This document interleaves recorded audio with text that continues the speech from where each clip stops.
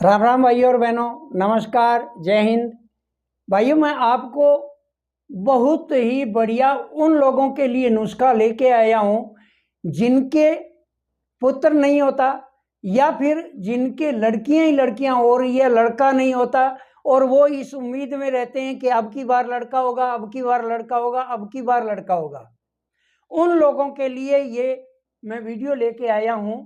और वैसे तो ये वीडियो सभी के लिए है, आपकी जानकारी बढ़ेगी और आप अपने किसी अजीज मित्र को, अपने रिश्तेदार को भी बता सकते हैं। और ये जो मैं नुस्खा बताऊंगा वो नुस्खा आप कर लेंगे तो 100% लड़के की प्राप्ति आपको होगी, पुत्र प्राप्ति होगी आपको। तो सबसे पहले तो बताऊं कि लड़कियां ही लड़कियां क्यों होती है। ये सोचने का विषय है, क्योंकि चाहे पुरुष हो और चाहे स्त्री हो, उसके अंदर 23 जोड़े क्रोमोसोम होते हैं, यानी कुल 46 क्रोमोसोम हमारे शरीर से निकलते हैं। और स्त्री के अंदर होते हैं डबल एक्स, और पुरुष के अंदर जो क्रोमोसोम होते हैं वो होते हैं एक्स और वाई। तो जब आपस में संभोग किया जाता है और जब वीर्य आता है तो उसके अंदर मिलियंस के रूप में ये क्रोमोसोम आते हैं। तो इनमें बहुत से ऐसे होते हैं, कुछ टूटे फूटे होते हैं, कुछ बीमार होते हैं, कुछ चलते चलते ही खत्म हो जाते हैं, और कुछ ऐसे होते हैं जो गर्भाशय तक पहुंच पाते हैं। तो ज्यादातर क्या होता है कि एक्स से एक्स का मिलन होगा तो लड़की होगी, और एक्स से वाई का मिलन हो जाता है तो लड़का होगा। अब क्रोमोसोम मिलियन की तादाद के अंदर दौड़ लगाएंगे अंडे की तरफ, लेकिन उस अंडे के अंदर सबसे पहले जो क्रोमोसोम घुस गया वो एक की ही अंदर एंट्री हो सकती है, बाकी की एंट्री नहीं हो सकती। तो इस प्रकार अगर एक्स के साथ में एक्स का क्रोमोसोम मिलके और चला गया तो ये मानिए कि लड़की ही पैदा होगी। और स्त्री का क्रोमोसोम क्योंकि डबल एक्स होता है तो एक्स उधर से हो गया और पुरुष की तरफ से वाई हो गया, तो ये मानिए कि पुत्र की प्राप्ति होगी। पहली बात ये ध्यान देने की बात है। अब इसको चेंज कैसे किया जाता है कि लड़कियां ही लड़कियां हो रही है, उसकी जगह लड़का प्राप्ति हो, तो उसके लिए क्या किया जाता है। तो हमारे वेदों के अंदर जो बताया गया है और जो हमारे समाज के ऊपर कानून लागू किए गए थे प्राचीनता में, उस प्राचीन समय से जो आ रहे कानून आज हम भूल चुके हैं। आपने कहीं भी फोटो में देखा होगा या बुजुर्गों के साथ में आपने बातें सुनी होगी कि शादी के बाद पत्नी हमेशा पुरुष के बाईं साइड में रहती है,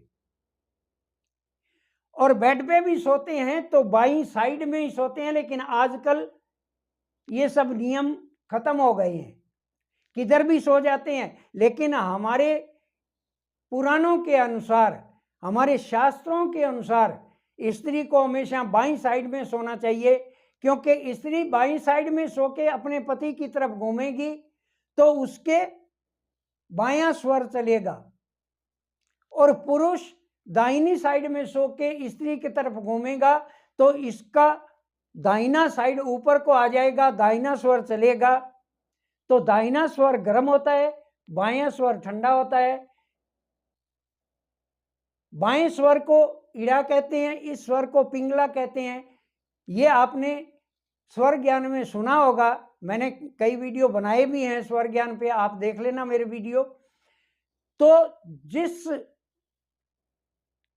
जोड़े को अगर वेदों में बताए अनुसार अगर वो सोते हैं तो जब हम संभोग करते हैं तो उस वक्त पुरुष का दाहिना स्वर चलना चाहिए और स्त्री का बायां स्वर चलना चाहिए। 100% लड़का होगा। लेकिन अगर उल्टे सो रहे हैं, पुरुष बाईं साइड में सो रहा है, स्त्री दाईं साइड में सो रही है, तो ज़्यादातर लड़की होने का ही चांस होगा, लड़का नहीं होगा। ये सोने की आदत भी सीख लीजिए। वेदों पुराणों के अनुसार जो हमारे नियम बने हैं उस नियम के ऊपर चलिए। और फिर भी आपको पुत्र प्राप्ति नहीं हो रही है तो एक छोटा सा उपाय कर लेना, आपको 100% पुत्र प्राप्ति होगी। इसमें क्या करना है कि आपको एक मोर की पंख लानी है। मोर की पंख बहुत लंबी सारी होती है और उसके आगे बहुत ही एक डिजाइन में चंदा बना होता है और वो चंदा ही सुंदर दिखता है। वो चंदा ₹1 के सिक्के जितना बड़ा होता है। बाकी यूं पंख यूं होती है, बीच में एक चंदा होता है। आपने देखा होगा, नहीं तो आराम से देख लेना। वो ही बहुत चमकदार होता है। कभी उसमें से हरी हरी किरणें निकलती दिखाई देती है तो कभी बैंगनी कलर की, कभी लाल कलर की किरणें दिखाई देती है। तो वही चंदा जो बीच में होता है, उस चंदे को बड़े ध्यान पूर्वक आप कैंची से काट कर अलग कर लेना और बाकी पंख को दूर फेंक देना।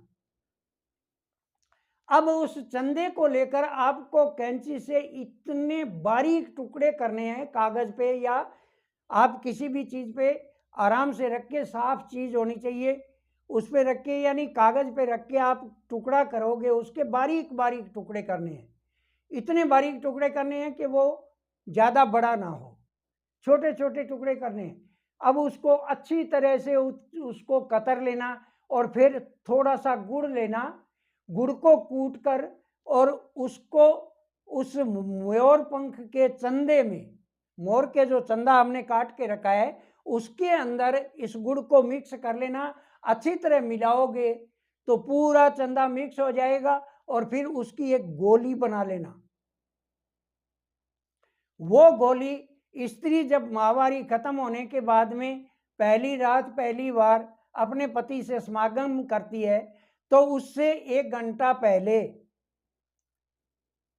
गाय के दूध से इस गोली को निगल ले और उसके बाद में देखें कमाल भगवान का और इस दवाई का कि उसके लड़कियां ही लड़कियां हो रही है तो बड़ी सहजता से उसके लड़का ही होगा।